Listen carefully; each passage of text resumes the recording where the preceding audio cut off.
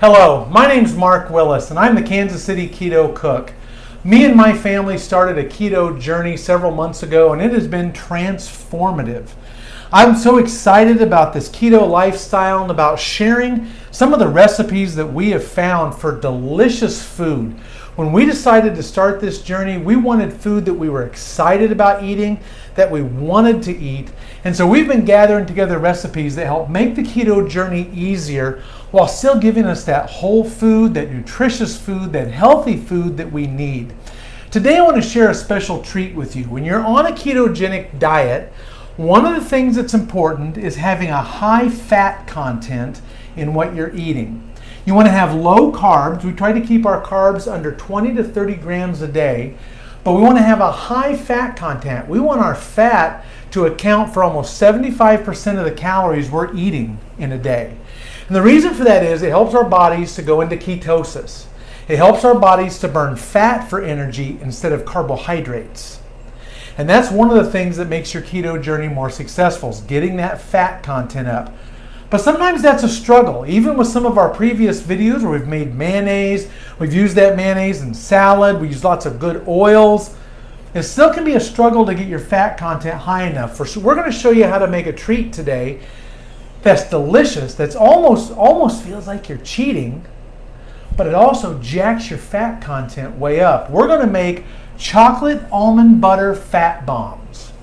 These are a delicious treat to have, and at my house, I don't make these. Of all the things I cook in my kitchen, the fat bombs is not one of them. When I want more fat bombs, I tell my daughter to go make them. And she has become something of a chef at making fat bombs. So this is Abigail Willis, and she's going to join us today to help us make fat bombs. And we've got our ingredients and our tools laid out here. We're going to use coconut oil. Now for this recipe, a lot of times I'll tell you, you can use olive oil, you can use avocado oil, not for fat bombs. For fat bombs, you want coconut oil. The reason is when it's refrigerated or frozen, which we're going to use both, it solidifies. And that's what you want. You want this to be a treat that's like a little piece of chocolate. So we've got coconut oil. We've got... That's also something that you should be aware of, though. You can't leave them sitting out at room temperature because they will turn into straight liquid, into like little chocolate at the bottom of your mason jar. So because it's coconut oil, it does have to be stored in the fridge. Has to be stored in the fridge. We've got almond butter.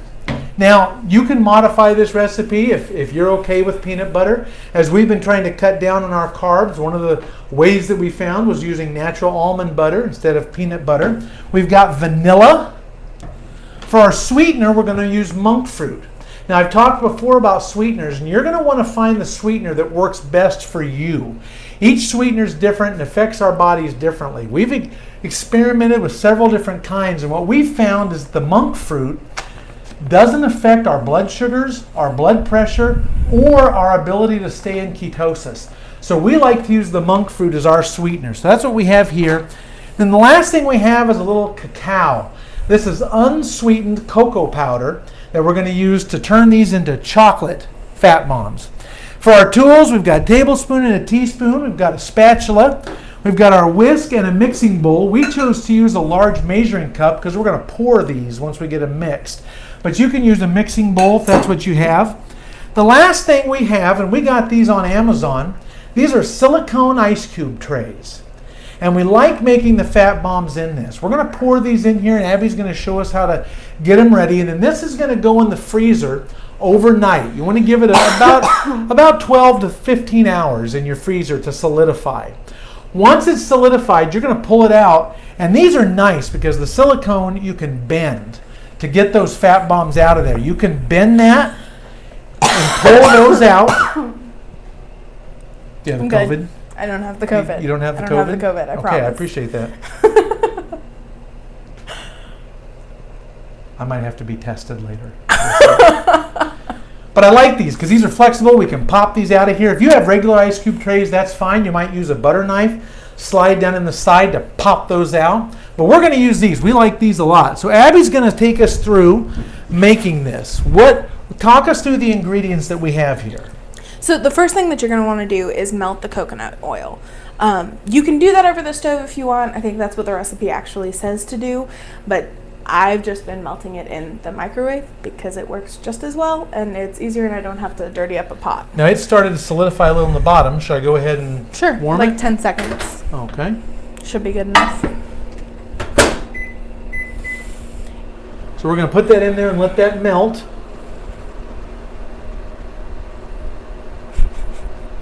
You should have a joke for these times.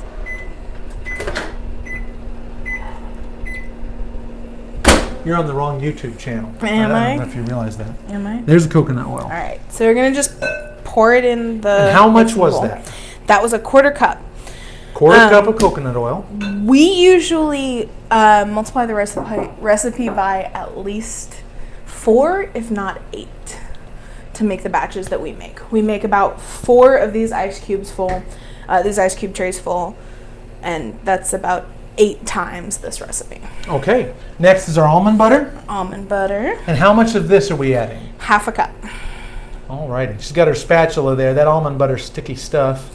It is. It is. You always have to make sure that you mix it when you first open the jar too, because otherwise the stuff at the very bottom is crumbly and dry and the stuff at the very top is way too liquidy. And then the cacao. And how much of that? 2 to 3 tablespoons. We usually end up doing about 2.5. About 2.5 tablespoons, okay? And it's going to be 2 to 3 tablespoons of monk fruit as well. Again, I just do like 2 and a little bit. Okay. And again, experiment with the sweeteners that you're going to use. There's a lot of good natural sweeteners out there. You want to find the one that works best for your diet, for your body, for your physiology, that's not impacting your blood sugars, that's not knocking you out of ketosis, because that's counterintuitive to what we're trying to do here. And last is the vanilla. The vanilla. And how much of this? Half a teaspoon. And you can add at this point if you want a little bit of like sea salt. Sea salt to give it a little bit more of a crunch. But the almond butter that we use has enough large chunks in it that it gives it that crunch as well. Okay. So a little sea salt if you want for your own taste. If maybe you're using a smoother almond butter, maybe you're making your own, you can add a little sea salt in there, just a pinch, not a whole lot. We get enough saltiness out of the almond butter that we're happy with that. Real quick, I do want to tell you where we got this recipe. We found this online with Kyla. If it's for me, you can take a message. Yeah, thanks. Some people haven't been on film before and they don't know to mute their phones. Because we're on film, like it's a 1930s talkie that we're making. You good there? We got this recipe from Kyla Chandler, and you can look her up online. She's Kayla Chandler. She's a holistic nutritionist. This was part of a program she had that was a body transformation program. It was a recipe she used, and we adapted it. Now let me go ahead and give you the nutritional information for this. When you mix this up, as we're making it here, in the little squares that we're going to make, they're going to have 225 calories, 22 grams of fat, and only 2 carbs. Now this isn't something you want to eat 4 or 5 of a day, but one of these might a be day, something you want to eat 4 or 5 of a day. you might want to eat. This is not something you should eat 4 or 5 of a day. But one of these a day helps to jack up your fat content.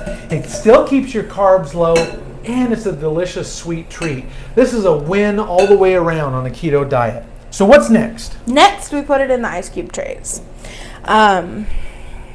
These ice cube trays that we have are almost exactly the same size as a tablespoon. Like the opening is that big. So I use that to even it out once I'm done pouring.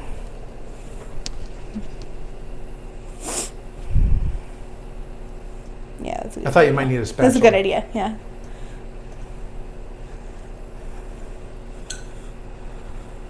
Here, Can I trade you? Yeah. Good stuff. These are, without a doubt, one of my favorite treats. I love having one of these every day. Use it as a little sweet treat. Like I said, it almost feels like you're cheating, but you're not. Now we've made a little more than half of an ice cube tray here. And you don't have to do this. This is just... What she's doing is she's kind of evening it out. She's using the tablespoon to make sure that each one's about the same size. You don't want some of them this big and some of them this big. You want to try to get them to a fairly uniform size. Now once that's made, we're going to take that and we're going to put that in the freezer. Like I said, you want to leave it in there overnight. The next day you're going to get it out, you're going to break those squares open, and you're going to want to store them in the refrigerator. Now this is a batch that we made a few days ago. I'll just show you. When you get these out, it looks like a little piece of fudge is what it is, but these are delicious. And she's absolutely right. Because it's made with coconut oil, just me touching it, I can already feel it starting to soften. So when you get these out, this is something you want to eat in a hurry, or you want to keep it in the fridge until you're ready to eat it.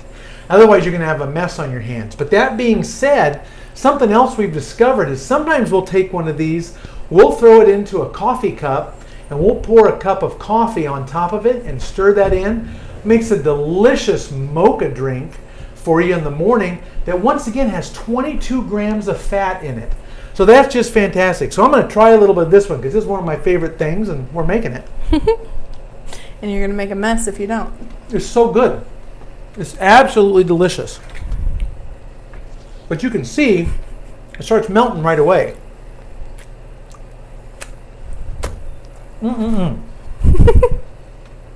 Good stuff. Well, I hope you'll give these a try. Add these to your keto journey and see if they don't help you to get that fat content up where you need it, help you to get into ketosis.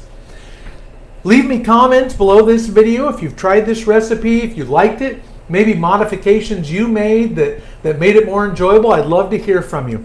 Thank you so much, Abigail. Thanks for coming and showing us how to make fat bombs today. Absolutely. We'll definitely have you back for some of the other stuff I make you cook that I don't want to cook. Yeah, sounds about right. Have a great day. Give these keto fat bombs a try and let me know how that helps on your journey.